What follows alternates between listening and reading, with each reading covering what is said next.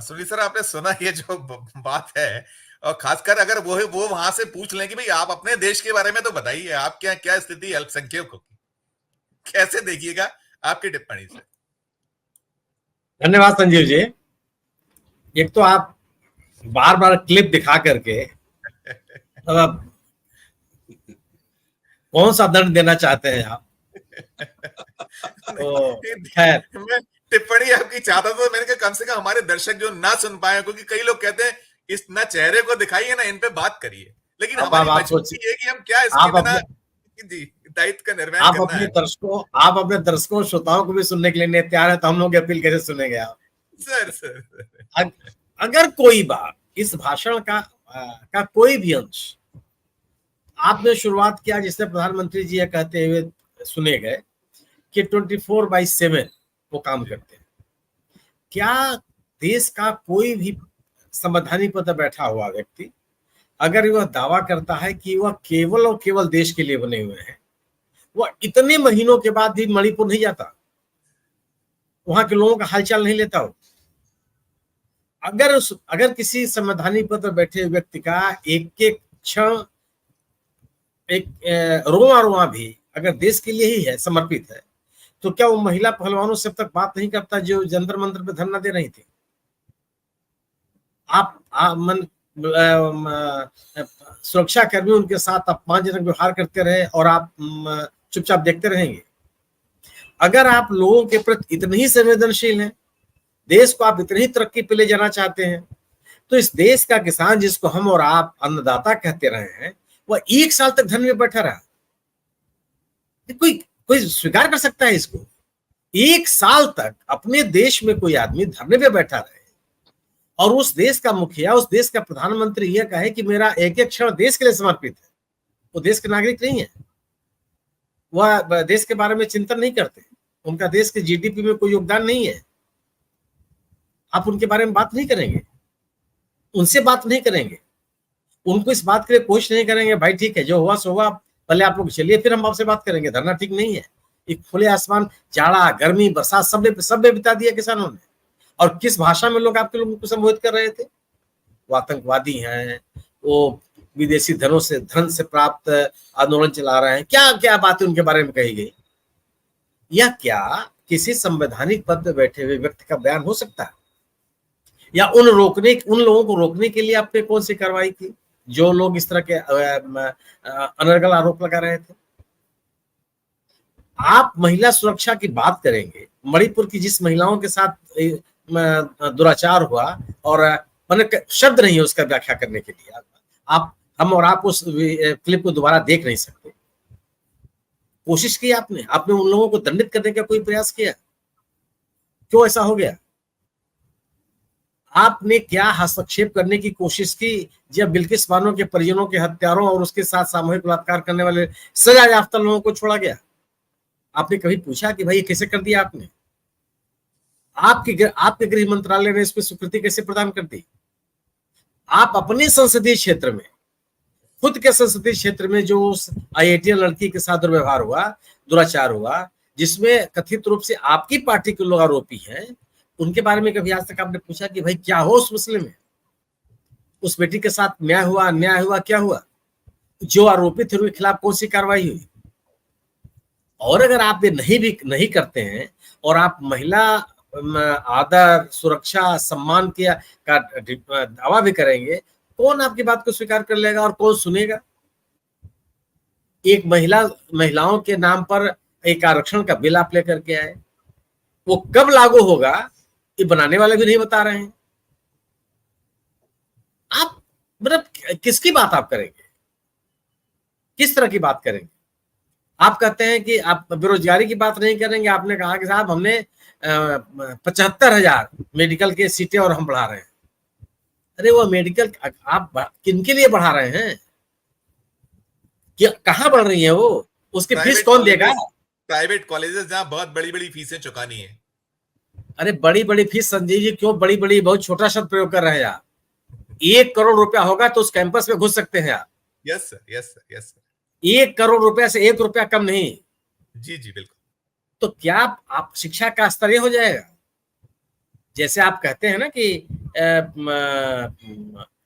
इंदौर से भोपाल जाने के लिए जो 6 लेन आपने रोड बनाई है, जो पहले 4 घंटे लगते थे उसमें 1.5 घंटे में आप पहुंच जाते हैं, तो उस रोड पे चलने के लिए आपके पास 25 लाख रुपए की गाड़ी भी चाहिए जी तब उस यात्रा को आप पूरी कर लेंगे।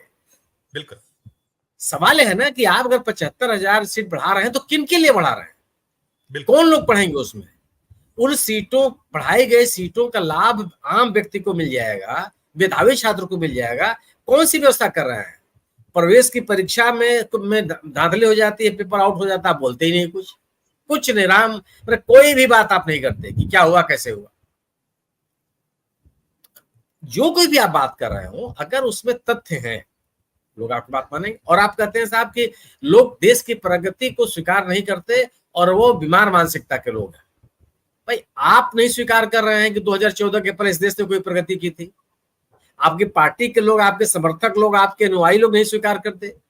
इस देश में IIT IIM बना, एम्स बने, बड़ी बड़ी सिंचाई परियोजनाओं के बांध बने, बड़े बड़े कल कारखाने बने, जो सार्वजनिक उद्यम लगे, सार्वजनिक उपक्रम लगे, उनको आपने बेच डाला। इसी देश में हुआ था। कौन सा स्वीकार कर लिया आपने बात? कब आपने कहा कि नहीं बहुत देश ने प्रगति किया था, उससे आगे हमको ले जाना है? कौन व्यक्ति है? आप आत्मावलोकन कीजिए ना कि वो कौन से लोग हैं जो इस शब्दावली में बात करते हैं। अगर एक देश प्रगति करे, आप कहते हैं कि हम 5वीं अर्थव्यवस्था है, हम 3री अर्थव्यवस्था होने जा रहे हैं, बहुत अच्छी बात है, हम भी आपके साथ खड़े हैं। लेकिन इस बढ़ते हुए अर्थव्यवस्था के आकार से क्या रोजगार का सृजन हो रहा है? हमारे लिए बेहतर अवसर मिल रहे हैं? बाजार में मांग बढ़ रही है? लोगों की क्रय शक्ति बढ़ रही है? किसानों को या MSME में काम करने वाले लोगों का जो उत्पाद है उसकी बेहतर कीमत मिल जा रही है? बेहतर बाजार उपलब्ध हो जा रहा है? क्या हो रहा है? आप सवाल इस बात का है। आप भ्रष्टाचार की बात करते हैं कि साहब भ्रष्टाचार हमारे लिए प्रथम प्राथमिकता और मेरी बदनामी भी हो रही है। कैसे बदनामी हो सकती है? भ्रष्टाचार से लड़ने वाले व्यक्ति की बदनामी कैसे हो सकती है? या तो भ्रष्टाचारियों के खिलाफ लड़ नहीं रहा है या भ्रष्टाचारियों को प्रोत्साहन दे रहा है, तब बदनामी होगी। भ्रष्टाचार के लड़ने के नाम पर अगर आप भ्रष्टाचारियों को प्रोत्साहित करेंगे, सुनील सर ले तो रहे हैं, अजीत पवार से लेके और शुभेंदु अधिकारी तमाम तो ले लिए गए जिनको कल तक आप कहते थे। तो वही कहीं उनके मन में मर्म पीड़ा है शायद कि बचे हुए और आए कि वो बात करते हैं कहीं। वही स्थिति है ना जी। आप सवाल है कि इस देश के लोगों ने 4 जून कर इन तमाम जुमलों को खारिज कर दिया है कि ये कहीं भी लागू होता हुआ नहीं दिख रहा है। आप अगर परिवारवाद की बात करेंगे और जितनी परिवारवादी पार्टियां हैं उनके साथ आप सरकार चलाएंगे तो कैसे मान जाएगा? तब यह माना जाएगा कि आपकी नाराजगी परिवारवाद से नहीं है, गांधी नेहरू परिवार से। बिल्कुल। वह परिवार ऐसा है जिसके लोगों ने इस देश के लिए शहादत दी है, दो लोगों ने दी है। उन लोग, आप अगर मेरे पास ओढ़ने और निचोड़ने के लिए कुछ नहीं है तो मैं त्यागी बना हुआ हूं, लेकिन अगर जिसके पास पूरा आसमान छोड़ने के लिए है, त्यागी तो है ना।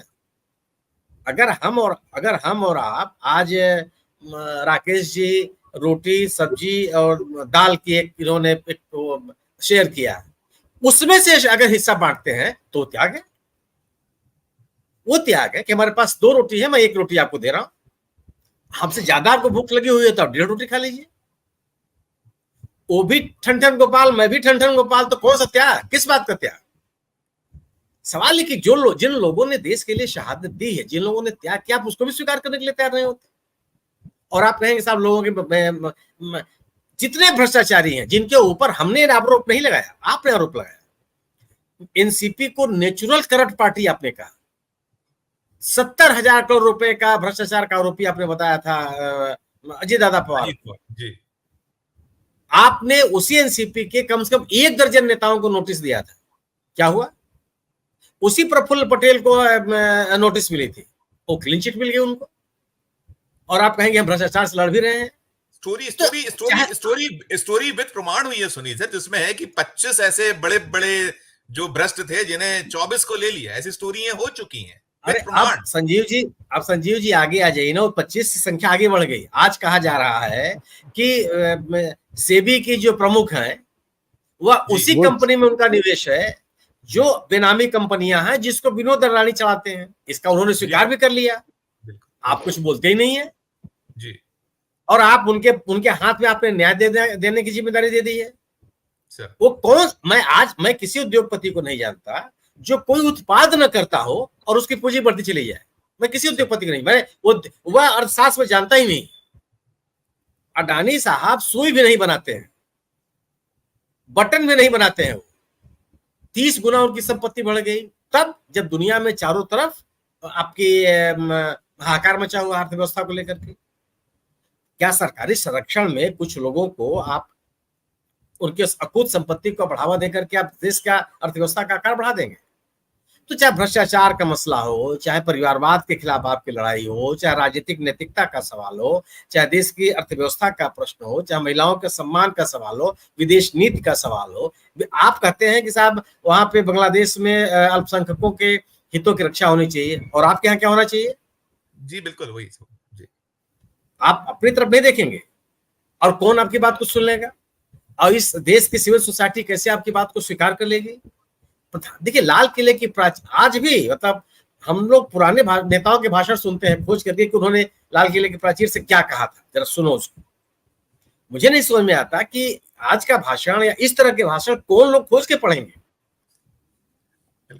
एक विनम्र अनुरोध संजीव जी की ये भाषण बार बार सुना करके सजा मत दीजिए। मुख्य न्यायाधीश का यह भाषण बहुत ही महत्वपूर्ण है, और कम से कम उन लोगों के लिए कि पूरे देश के लिए है कि आजादी को कैसे बचाई जाती है। आजादी का विषाक्त मत होने दीजिए। आजादी के लिए जो हमारे पूर्वजों ने, हमारे राष्ट्र नायकों ने त्याग किया था, उसका सम्मान करने की जरूरत है।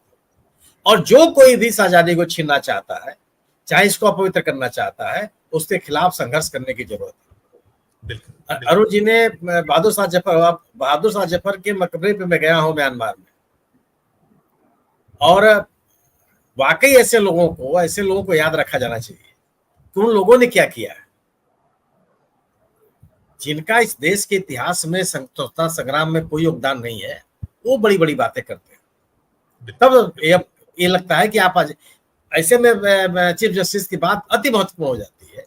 बिल्कुल कि सभी लोगों की जिम्मेदारी बनती है कि हम इस आजादी को बचा के रखें।